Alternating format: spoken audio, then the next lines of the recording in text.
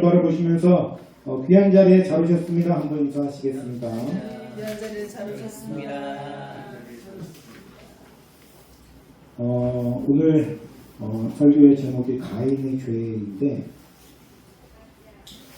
우리가 인간의 역사에 대해서 생각을 해볼 때 우리가 보통 알고 있는 그 지식들이 있잖아요. 학교에서 이렇게 습득을 하고 또 배운 그런 지식에 의하면 여러분도 잘 아시죠? 오스트랄로피테쿠스로부터 시작을 해가지고 자바원인, 북경원인에서 해갖고 네안데르탈인 해가지고 크로마뇽인, 그래서 크로마뇽인이 현생 인류의 시조다 이렇게 얘기를 해서 그 이후에 이제 지금의 이제 역사가 이렇게 시작이 됐다. 그래서 우리가 소위 세상에서 말하는 그 연대표 같은 거 보면은 굉장히 천문학적인 숫자로 넘어가잖아요. 100만 년, 200만 년, 공룡은 무슨 2억 몇천만 년 이렇게 올라가지 않습니까?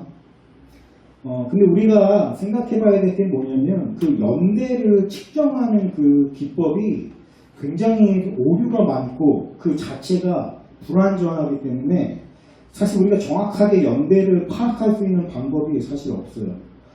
보통 우리가 방사성 그 탄이 원소 이런 우리가 잘 듣는 그런 것들도 보면은 사실은 그 반감기라고 해가지고 그 원소가 반감이 되는 게 2500 몇십 년이 걸린다고 해가지고 그걸 반감기라고 하거든요.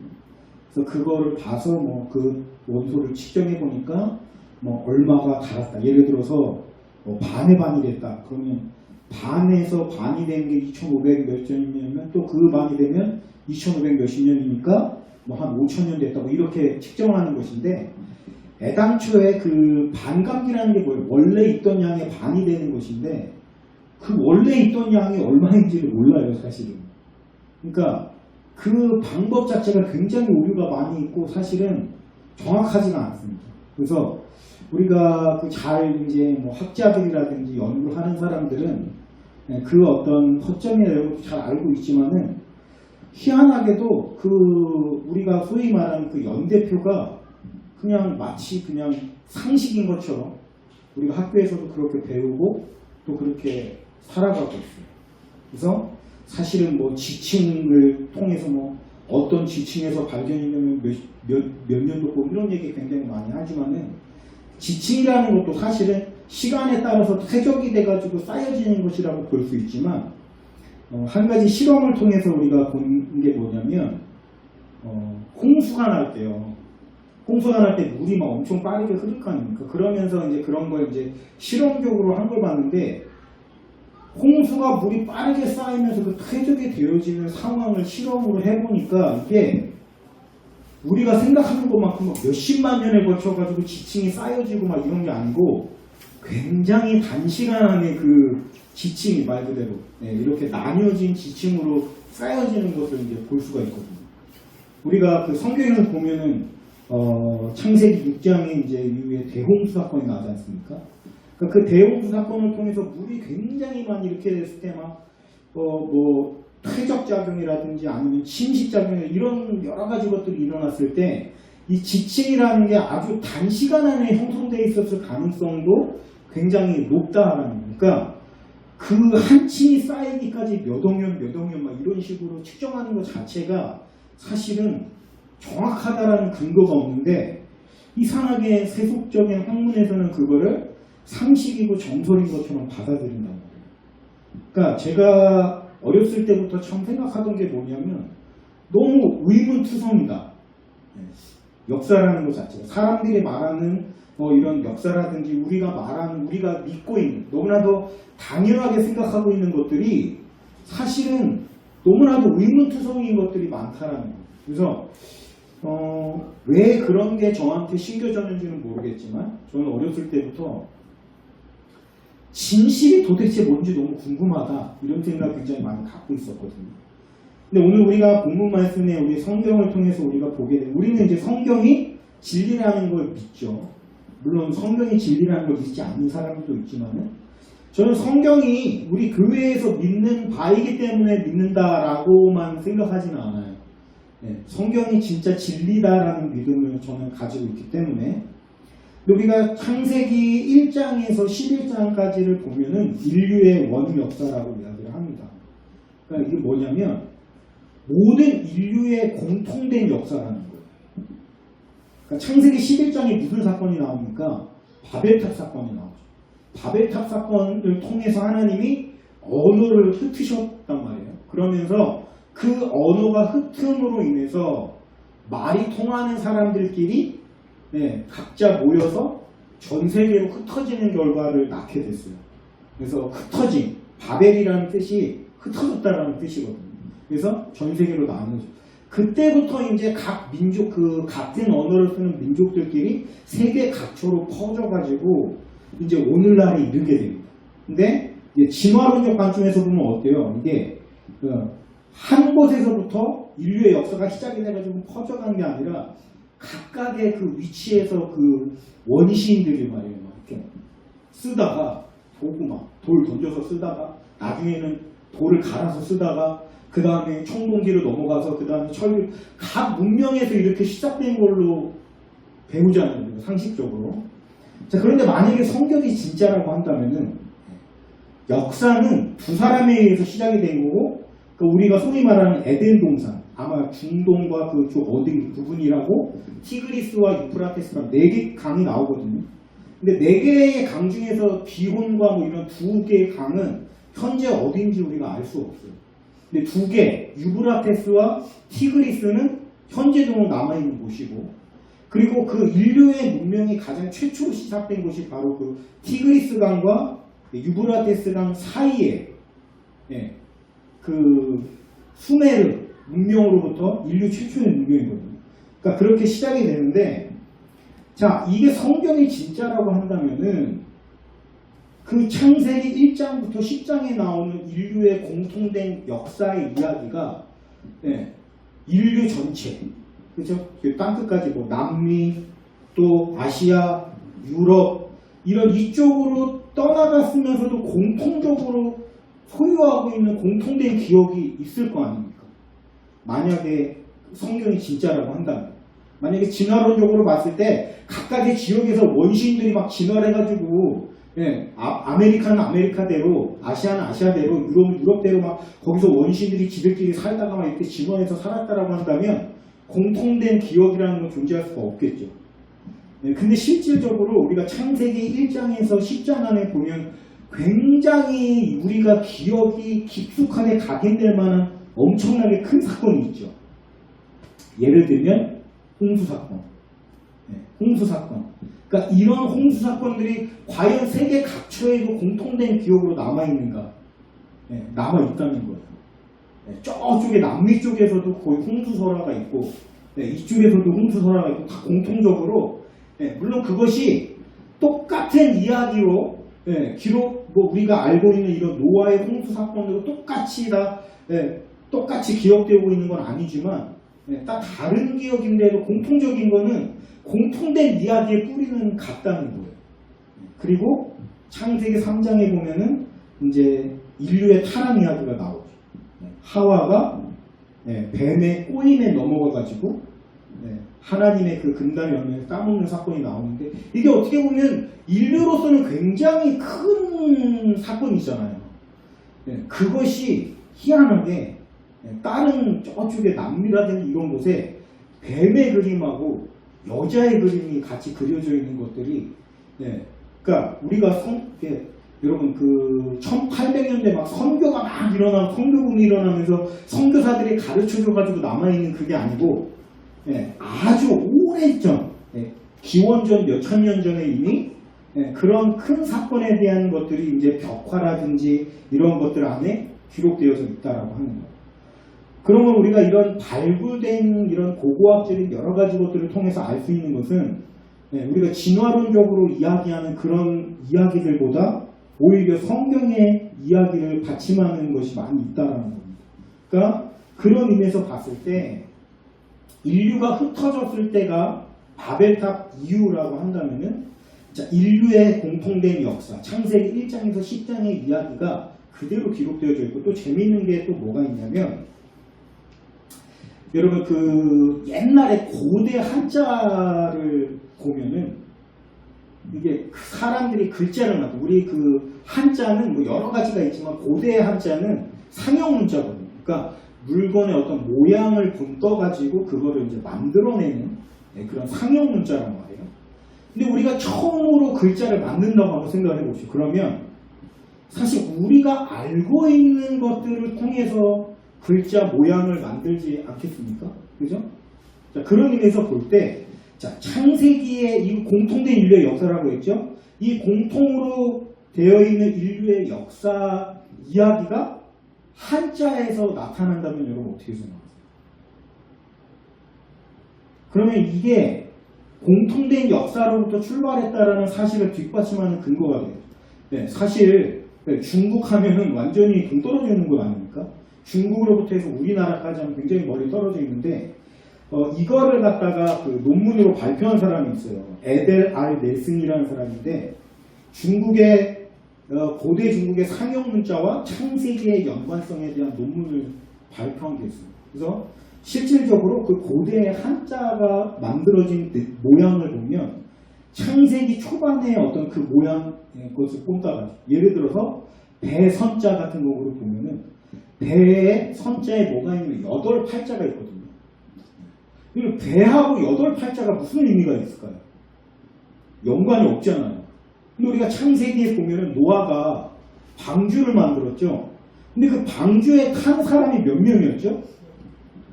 8명이었죠. 노아의 아내와 세 아들과 세 며느리. 그러니까 배 선자에 그 8팔자가 뜬금없이 들어가 있는 것이 어쩌면 그 한자를 만들었던 그 고대 중국인들이 이런 창세기 초반의 그 인류의 공통된 역사에 대한 기억을 바탕으로 해가지고 그렇게 만들었지 않았을까. 그래서 배선자에 8팔자가 들어가는 건 우연이 아니다. 뭐 이런 그러니까 그게 그 한 글자가 아니라 수많은 글자들이 그런 식으로 되어져 있는 것을 논문으로 발표한 게 있어요. 그러니까 이러한 것도 우리가 볼 수가 있는데 오늘 우리가 이 가인의 이야기도 보면은 마찬가지입니다. 공통된 역사죠. 아담과 하와가 결혼을 해서 아들을 낳았는데 이 가인과 아벨입니다. 근데요 여기서 참 중요한 게 뭐냐면 아담과 하와가 죄를 범해가지고 에덴 동산에서 쫓겨났잖아요. 근데 4장에 보면은 이제 인류의 최초의 제사 이야기가 나옵니다.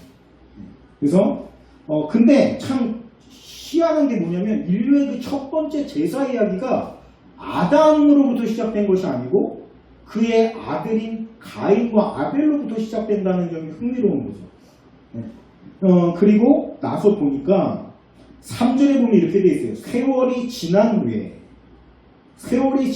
얼마 동안의 시간이 흘렀는지 모릅니다. 하나님과 사람 사이의 관계는 끊어졌어요. 죄 때문에. 그죠? 쫓겨났죠. 그리고 나서 세월이 지나는 동안에 어쩌면 하나님과 사람 사이에 소통할 수 있는 그 어떤 교통이 단절되어 있었을 거라고 생각이 됩니다. 그러다가 하나님께서 아마도 가인이라는 사람에게 또 아벨이라는 사람에게 제사라는 방법을 통해서 하나님과 교통하는 법을 다시 한번 알려주셨을 거고 그래서 이제 제사라는 제도를 통해서 하나님과 사람 사이의 교통이 다시 시작되었다고 볼 수가 있는데 여러분 이게 우리나라가 어떻게 보면 셈의 후예거든요. 셈은 뭐냐면 장자거든요. 그래서 노아 이후로 다 그 이전 사람들은 죽고 셈과 함과 야벳이 남았는데 이 셈이야말로 이 장자권자가 이 고대 시대 때 굉장히 중요한 의미가 있어요. 그래서 우리나라도 어떻게 보면 셈의 후예이기 때문에 장자의 후손이란 말이에요. 그리고 히브리인들, 유대인들도 셈의 후예입니다. 그래서 유대인들도 장자권자의 후손입니다. 그래서 어떤 의미에서 보면 유대인하고 우리나라 사람들이 굉장히 닮은 구석이 굉장히 많아요. 우리나라도 지금은 뭐 그런 게 많이 흐려졌지만은 저희 부모님 세대 정도만 올라가도 집안에서 누가 제일 중요해요? 장남이 제일 중요하죠. 저희 때까지만 해도 그런 게 없어요. 저희 밑에 우리 부모님 세대 분들은 장남을 이렇게 세우려고 모든 형제들이 장남을 위해서 희생을 했단 말이에요. 그래서 이 상처받은 동생들이 많아요. 학교를 못 가요. 그래서 뭐 여동생이며 남동생이며 할 것 없이 장자를 대학교 보내겠다고 중학교, 고등학교에서 제대로 못 나와가지고 공장 취직해서 돈 벌어서 오빠의 학비 보태고 이런 문화가 우리나라에 굉장히 많았단 말이에요. 그러니까 물론 그게 뭐 좋은 문화라고 할 수는 없지만은 그게 뭐냐면 바로 이 장자를 중요시하는 태도로 남아있는 거죠. 이게 어떻게 보면 장자기 때문에 그런 어떤 보수적이고 권위적이고 약간 이런 가부장적인 이런 게 굉장히 남아있는 거예요. 지금 물론 그것이 아니지만. 그리고 유대인들에게도 그런 게 굉장히 많이 내려와져 있고요. 그래서 여기서 보면 참 중요한 게 뭐냐면 가인과 아벨 중에서 장자가 누군가요? 장자가 누구죠? 가인이요. 가인이 장자죠. 왜냐하면 가인이 형이고 아벨이 동생이잖아요. 근데 이 가인 형에게는 장자권이라는 게 있습니다. 여러분 장자권 우리가 아는 것처럼 이 장자권은 하나님과 교통할 수 있는 특권을 가집니다. 이 장자들은 뭐를 통해서? 제사를 통해서.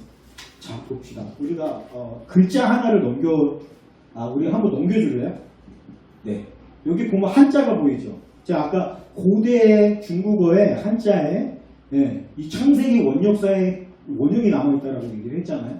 자, 이 형자를 보면은 이 두 글자가 합쳐진 글자로 되어져 있는데 위에 보시면 뭐가 있죠? 네모가 있죠. 네모는 뭐냐면 이거 입구자입니다. 입구자. 너무 어려운 글자는 아니죠, 다행히. 자, 그 다음에 밑에 이거 뭐 있죠? 이렇게 발 같은 거 있죠? 이게 뭐냐면 사람 인자가 부수에 쓰일 때 이렇게 쓰이는 거예요. 그러니까 입구자에 사람 인자가 들어가는 게 뭐라고요? 형이 된다고, 형. 자, 가인과 아벨 중에서 형이 누구죠? 자, 가인인데 형은 장자는 무슨 권리를 가진다고 했죠? 하나님과 소통할 수 있는 특권을 가지고 있다고 했죠. 이게 나중에는 어디로 가냐면 이제 제사장이라는 제도로 넘어가는 거예요. 원래 그 제사장이라는 것의 원형은 장자입니다. 그래서 보세요. 형은 뭐 하는 사람이냐면 말하는 사람이에요. 말하는 사람. 누구에게 말해요? 하나님과 말하는 사람이에요. 말을 동생에게 전하는 사람이다. 그래서 이 장자는 백성들의 소원을 모아가지고 하나님께 아뢰고 또 그 하나님의 말씀을 동생들에게 전달하는 대변인의 역할을 맡는 겁니다. 그게 누구에게 주어진 역할이냐면 바로 가인에게 주어진 장자의 역할이다라는 거예요. 그리고 이것뿐만이 아니라 장자에게는 또 다른 의무가 지워지는데 가인의 그 장자권의 특권은 하나님으로부터 말씀을 듣는 것이고 그 말씀을 동생들에게 전달하는 권위예요. 권위. 대변인이라는 게 뭡니까? 내가 말하는 거지만 그것은 곧 하나님이 말하는 것. 대리자라는 겁니다. 대리자. 요즘에 외교부 같은 데 가보면 대사 있죠. 대사. 대사를 왜 우리가 함부로 하지 못하죠? 그 대사는 그 개인으로서 있는 게 아닙니다. 그 나라를 대표해서 있는 사람이기 때문에 그 사람은 곧 그 나라를 의미하는 거예요. 개인이 아니고. 마찬가지로 장자는 하나님으로부터 하나님의 말씀을 전달하는 사람이기 때문에 그가 그냥 개인이 아니고요. 그의 말은 곧 하나님의 권위를 가지는 겁니다. 그런 특권을 가지고 있고 반면에 어떤 의무를 가지고 있냐면 동생들을 책임지고 동생들을 보호하고 그들을 책임져 주어야 할 의무를 가집니다. 그래서요, 저도 이제 장자가 아니잖아요. 그러다 보니까 저 어렸을 때 좀 억울한 게 많았어요. 나름 상처가 있었거든요. 뭐냐면 엄마가 맨날 형만 하는 거예요. 저는 맨날 어디를 가도 맨날 세민이 엄마고 세훈이 엄마는 없어요. 여러분도 그런 경험 있으신가요? 그래가지고 상처가 나름 많았어. 엄마가 우리가 뭐 잘못을 하면 혼나잖아요. 저 어렸을 때 진짜 심하게 맞았어요. 맞을 때. 엄마가 한번 화나면 막 애를 막 죽이듯이 두들겨 패더라고요. 교회 다니기 전이어서 그랬던 거예요. 근데 진짜 서러운 게 뭔지 아세요? 맞고 나면 꼭 나중에 이제 얼마나 마음이 아프겠어요. 엄마 자식을 때렸을 때 때리고 나서 마음이 아프잖아요. 그러면 꼭 형을 끌어안고 우는 거예요. 그러면 나는 옆에서 형을 끌어안고 우는 엄마를 쳐다보고 있어야 돼. 근데 이게 한 번만 그러는 게 아니라 매를 맞을 때마다 맨날 그러는 거예요. 그럼 여러분 제가 상처를 받겠어요? 안 받겠어요? 얼마나 상처를 받겠어요? 그러니까 그런 의미에서 저 나름대로 상처가 많이 있는데 나중에 어른이 돼 보니까 그게 아니라 이 장자는 또 막내가 가지지 않는 그런 고민, 뭔가 집안을 책임져야 되고 이 집안을 일으켜야 된다는 그 부담감과 이런 것들이 굉장히 크더라고요. 저는 막내다 보니까 그런 게 별로 없거든요. 근데 저희 형을 보니까 막 엄마한테 뭐 잘해줘야 되고 동생도 자기가 막 해가지고 막 해줘야 되고 이런 생각을 가지고 있더라고요. 그러니까 이게 장자라는 게 참 고달픈 거구나 이런 생각이 커서는 드는데 어쨌든 형은 하나님의 말씀을 전달하는 권위와 이거는 하나님이 부여해 주신 권위를 가지고 있는 대신에 동생을 보호하고 책임져줘야 되는 의무를 가지고 있습니다. 자, 그쵸? 형자입니다, 이게. 자, 그 다음 글자를 한번 보시면, 한번 넘겨주세요. 이게 뭐냐면, 빌축자예요, 빌축. 우리가 축복하다 할 때 그 축자입니다. 그래서 여러분, 엄밀히 말하면, 하나님 축복해주세요, 이런 말을 쓰는 게 아니에요. 원래 상으로는 틀린 말입니다. 왜냐하면은, 하나님이 복을 달라고 빌진 않잖아요. 하나님은 복의 근원이시기 때문에 복을 주시는 분이시지 복을 비는 분은 아니란 말이에요. 근데 우리가 하도 그냥 축복해주세요 쓰다 보니까 이제 그냥 쓰는데 엄밀히 말하자면 하나님은 복을 주시는 겁니다. 축복은 누가 하는 거예요? 사람이 하는 거예요. 축복은. 하나님께 복을 달라고 비는 거예요. 이게 축복이란 말이에요. 빌축. 근데 빌축에 우리가 아까 봤던 글자가 있죠. 무슨 글자죠, 저게? 형자가 있죠. 이게 뭐냐면, 이 앞에 있는 그 글자는 무슨 글자냐면, 보일 시자거든요. 보일 시자. 근데 이게 보이다, 가르치다, 알리다, 이런 뜻을 가지고 있어요. 그죠? 가르치다, 알리다. 그러니까 하나님의 뜻을 들어서 알리는 거고, 그 다음에 형이 그것을 알리고, 이것이 알리는 게 뭐냐면 빌축. 그래서 이 장자권자에게는 뭐가 있냐면 축복권이 있는 겁니다. 그래서 여러분 그 창세기에 보면은 이삭이 복을 빌죠. 아브라함이 축복하고 또 야곱도 축복하죠. 아론도 축복을 하죠. 그러니까 이게 뭐냐면 장자이기 때문에 복을 빌어주는 거예요. 그러니까 이거는 여러분 우리가 알 때 아까 말한 것처럼 장자는 하나님의 대리자라고 했어요. 그래서 우리가 이 성경에 나와 있는 족장 중에 장자들이 복을 빌어주는 것은 그냥 사람이 그냥 얘에게 복을 주세요 이런 개념을 생각하시면 안 됩니다.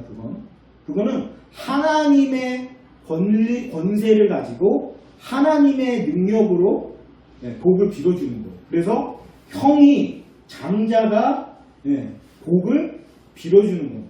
축복권을 가지고 있는 거예요.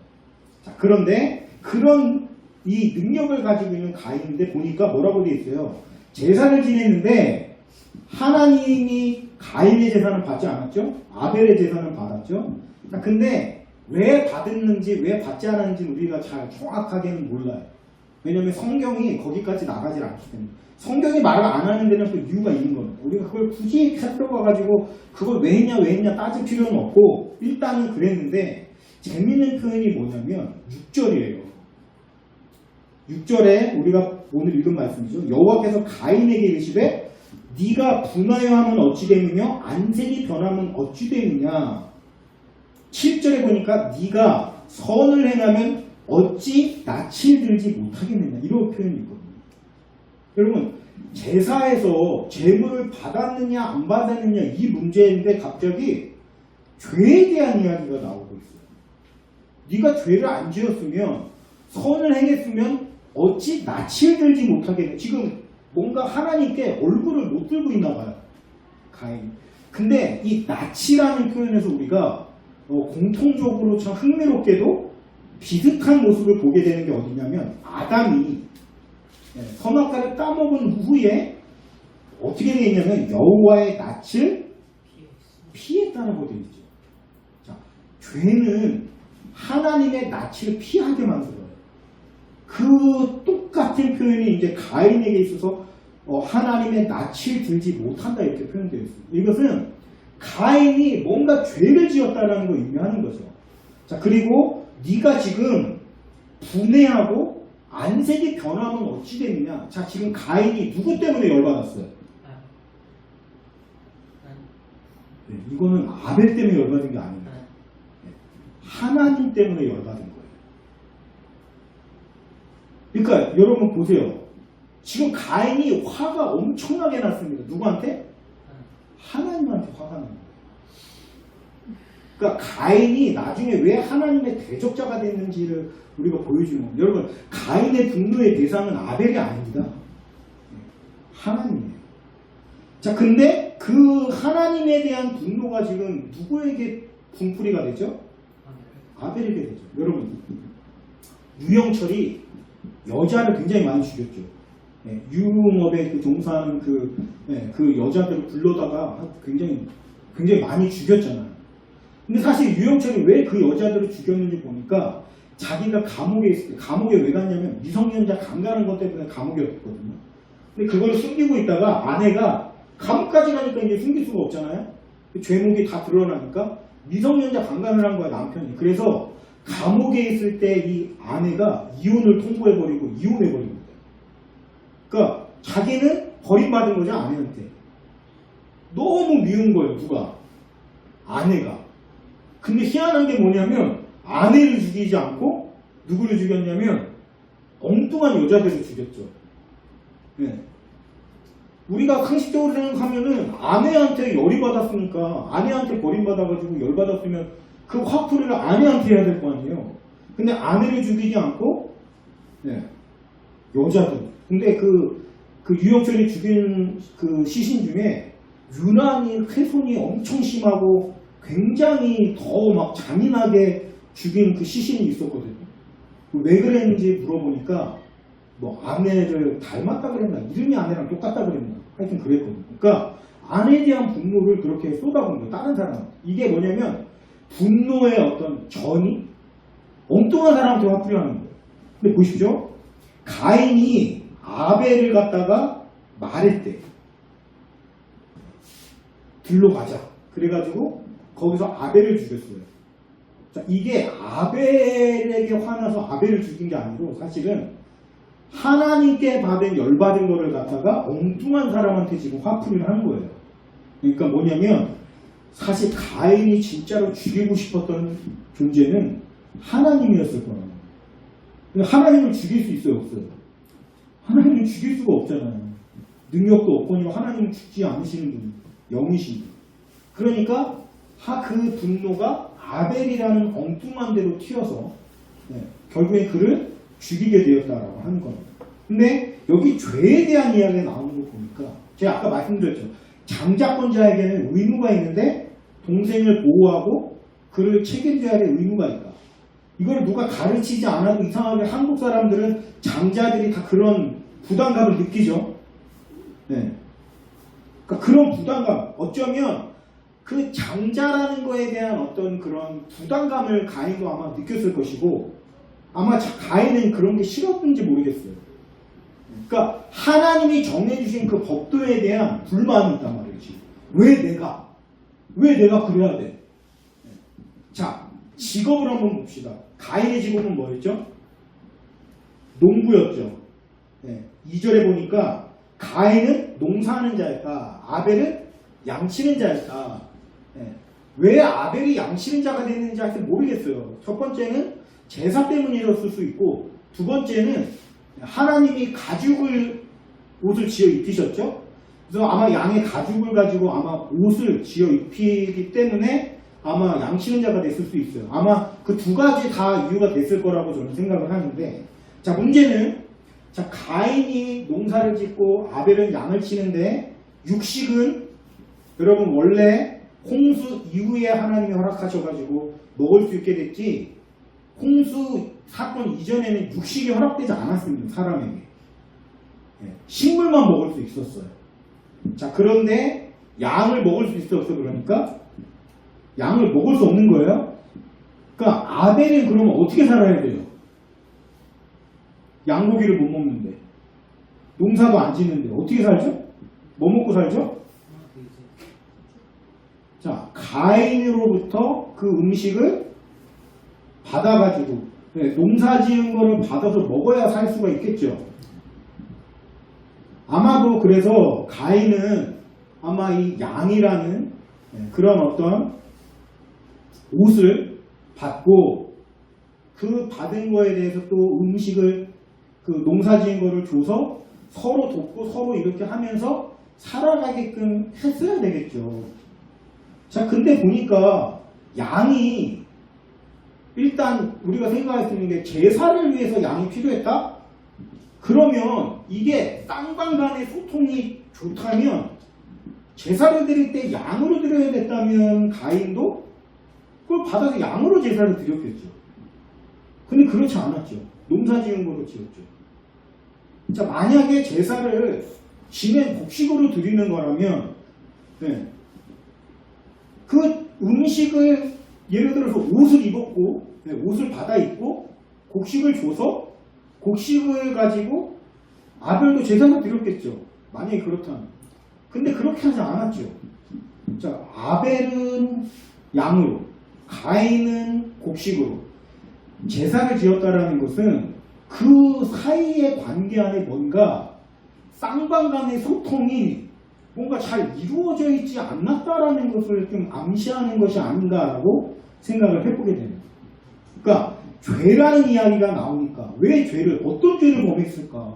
사실 가인이 뭐 죄를 범할 만한 게 다른 게 없어요. 제가 볼 때는 아마도 그 동생 아벨에게 자기가 어떤 주어진 어떤 양식을 가지고 있는 것을 원활하게 제공해주지 않았던 것이 아닌가 이렇게 생각을 해봅니다. 그게 죄예요. 제가 보기에. 야, 너 장자인데 장자면 동생들이 먹고 사는 문제 같은 거 잘 같이 쌍방간에 소통하면서 책임지고 그를 동생으로 사랑으로 감싸주고 해야 되는데 왜 그렇게 안 했어? 근데 보면 왜 그런 일이 벌어졌을까 생각을 해보면 하나님이 우리를 지켜주시고 보호해주신다는 믿음이 있으면 그게 안 생기는데 그 믿음에 부재가 생기게 되니까 불안하거든요. 두려움이 온단 말이에요. 그러면 사람이 되게 뭘 하게 되냐면 소유를 비축해 놓으려는 습성을 가지게 돼요. 그러니까 하나님이 지켜준다는 믿음을 가지면 남는 곡식을 누구에게 주겠어요? 아벨에게 주겠죠. 근데 이걸 주어서 나는 없으면 나중에 만약에 이게 농사가 망하거나 안 되면 나는 어떻게 살아? 이런 생각이 들기 시작을 하면 주지를 못하겠죠. 쌓아두겠죠. 그러니까 아벨에게 가서 아벨도 먹고 살아야 되는데 아벨에게 먹을 게 없는 거예요. 그러니까 결과적으로 봤을 때 장자권에게 주어져 있는 동생들을 보호하고 지켜줘야 될 책임을 다하지 않았다. 이런 결론이 나오게 되는 겁니다. 그래서 죽였죠. 누구를? 아벨을. 한 글자 넘어가 보죠. 자, 이 글자가 뭐냐면 흉악할 흉자예요. 흉악할 흉자. 자, 많이 보던 글자가 있죠. 입구자에 사람 인자. 형이죠. 근데 거기에 뭐가 있어요? X표가 있죠. 가인이 아벨을 죽이고 나서 하나님 내가 이게 이렇게 너는 이제 쫓겨나서 너는 땅에서 유리하게 될 거야. 이렇게 하니까 가인이 사람들이 나를 죽이면 어떻게 합니까? 하니까 하나님이 뭐를 줬다고 돼 있어요? 표를 줬다고 돼 있어요. 표를. 그 표가 뭔지는 알 수 없어요. 성경이 얘기해 주지 않습니다. 물론 그 유대인들에게 내려오는 전통적인 이야기로는 이마에 표를 받았다 뭐 이런 얘기가 있는데 그게 뭐 문신일 것이다 아니면 피부의 어떤 병일 것이다 뭐 여러 가지 의미가 있지만 그게 뭔지는 중요하지가 않고 어쨌든 표를 줬다. 그게 뭐냐면 살인한 증거가 되기 때문에 여기서도 흉악할 흉자가 저런 식으로 그러니까 이렇게 우리가 알고 있는 내용을 가지고 글자를 이렇게 만들었다라고 하는 거예요.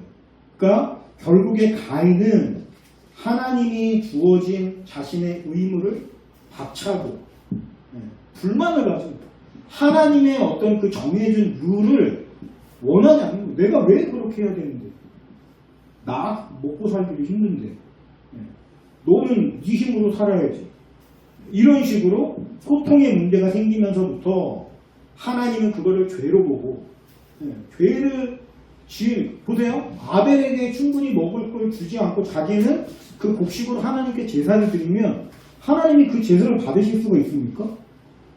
받으실 수가 없죠. 오늘날에도 마찬가지잖아요. 어떤 기업을 운영하는 기업주가 자기 막 배만 부르려고 막 엄청나게 재산을 긁어모으고 일하는 근로자들이라든지 이런 사람들에게는 월급을 안 줘. 니네가 어떻게 살든지 나랑 뭔 상관이야. 나는 내 거만 챙기면 돼 하면. 그럼 그 사람이 그 돈을 막 다 긁어모아서 그거에다가 12조를 떼서 하나님한테 헌금을 드리면 하나님이 그 헌금을 받겠어요? 안 받는단 말이에요. 그 표현이요. 가인의 제사를 받고 가인의 제사를 안 받고 아벨의 제사를 받았다 이렇게 표현되어 있지 않고 가인과 가인의 제사는 받지 않으시고 아벨과 아벨의 제사는 받으셨다 이렇게 되어 있고 그러니까 이게 그 재물만 받고 안 받는 것이 아니라 그 사람의 마음과 사람의 그거를 받으시고 안 받으시고 한다는 거예요.